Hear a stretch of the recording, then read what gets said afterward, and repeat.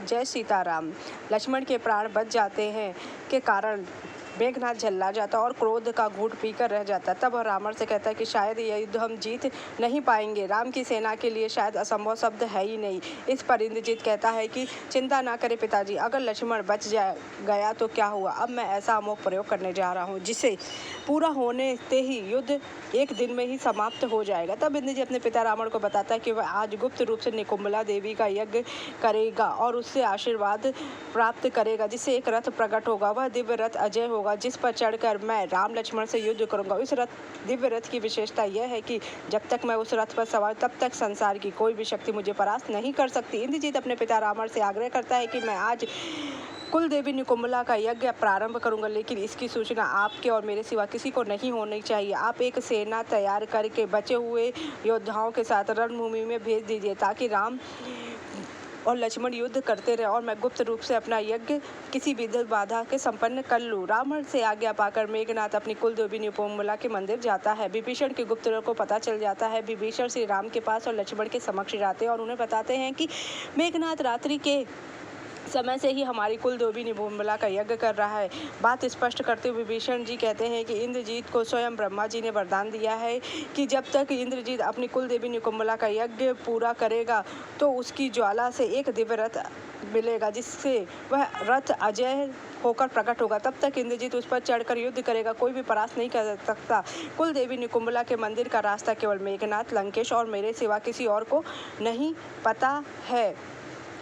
विभीषण की बातों से सहमत होकर श्री राम लक्ष्मण के साथ हनुमान, अंगद, सुग्रीव, नल आदि को निकुंभला देवी के मंदिर के दुर्गम स्थान पर भेजते, जहां वह मेघनाथ के यज्ञ को भंग कर सके। मंदिर में पहुंचकर हनुमान जी और वानर सैनिक मेघनाथ के यज्ञ को भंग कर देते हैं, जिससे क्रोधित होकर मेघनाथ गरजता हुआ बाहर निकलता है। मंदिर के बाहर ही लक्ष्मण जी विभीषण और सुग्रीव के साथ उसकी प्रतीक्षा कर रहे थे। उसके मंदिर से बाहर आते ही लक्ष्मण जी उसे युद्ध के लिए ललकारते। लक्ष्मण के पास खड़े विभीषण को देखकर मेघनाथ समझ जाता है कि मंदिर पहुंचने का गुप्त रास्ता शत्रुओं को विभीषण ने ही बताया है। इस पर वह उनके ऊपर ब्रह्मास्त्र फेंक देता है। तब फिर से इंद्रजीत और लक्ष्मण जी के बीच युद्ध छिड़ जाता है, लेकिन आज का युद्ध मेघनाथ के लिए अंतिम युद्ध था, क्योंकि ब्रह्मदेव ने जब इंद्रदेव को निकुंभला देवी के यज्ञ से दिव्य रथ प्राप्त होने का वरदान दिया था, तब उन्होंने यह भी स्पष्ट किया था कि जो भी तुम्हारे इस यज्ञ को भंग करेगा उसके हाथों ही तुम्हारी मृत्यु होगी। ब्रह्मदेव के उसी कथन के कारण आज मेघनाथ की मृत्यु लक्ष्मण के हाथों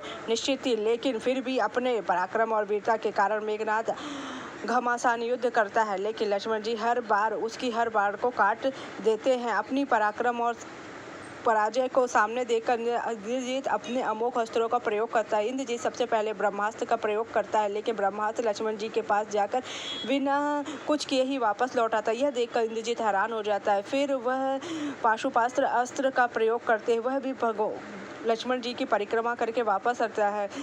इसके बाद वह त्रिलोकी की अंतिम शक्ति सुदर्शन चक्र का लक्ष्मण जी पर प्रयास, लेकिन जो कि लक्ष्मण जी शेषनाग के अवतार है, इसलिए वह सुदर्शन चक्र लक्ष्मण जी की परिक्रमा करके वापस मेघनाथ के पास लौट जाता है। यह देखकर मेघनाथ को विश्वास हो जाता है कि लक्ष्मण और श्री राम कोई साधारण मन नहीं है, भगवान का कोई अवतार है। यही समझकर ही वह युद्ध भूमि छोड़कर बाहर से ही संबोधित करने लगता है।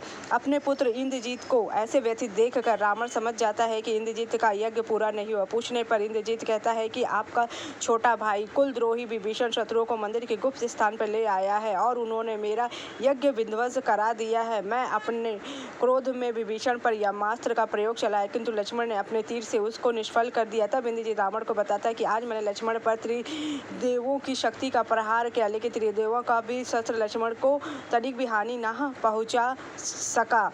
हो सके तो विश्वास हो गया है कि श्री राम और लक्ष्मण अवश्य भगवान के अवतार है। आज मेरी मृत्यु निश्चित, इसलिए मैं आपको एक पुत्र होने के नाते यह परामर्श देने आया कि खुद को और लंका वासियों को विध्वंस होने से बचा हो सके तो श्री राम से क्षमा मांगकर उनकी शरण चले जाइए, जिससे लंका के सभी निर्दोष प्राणी युद्ध के विनाश से बच जाए। अपने वीर और सबसे पराक्रमी पुत्र इंद्रजीत के मुख से शत्रुओं की इतनी प्रशंसा सुनकर रावण को क्रोध आ जाता है। वह इंद्रजीत पर क्रोधित होकर कहता है कि इंद्रजीत, शायद तुम अपना मानसिक संतुलन खो बैठे हो, ऐसी अनगढ़ बातें कर रहे हो। तब रावण अपने पुत्र से कहता है, इंद्रजीत, तुम्हें लगता है कि राम और लक्ष्मण भगवान के अवतार है, तो तुम चाहो तो अपने भवन वन में जाकर विश्राम कर सकते हो। यह मेरी लड़ाई है, मैं खुद ही लड़ लूँगा। इस पर इंद्रजीत कहता है कि मुझे क्षमा करें पिताजी, मैं एक कायर मनुष्य रहकर जीवित की वजह है एक वीर योद्धा की भांति युद्ध में लड़कर वीर गति प्राप्त, इसलिए मैं युद्ध करने के लिए अवश्य जाऊँगा, चाहे मुझे स्वयं भगवान से भी युद्ध क्यों ना कर, लेकिन अपने वीरता को याद नहीं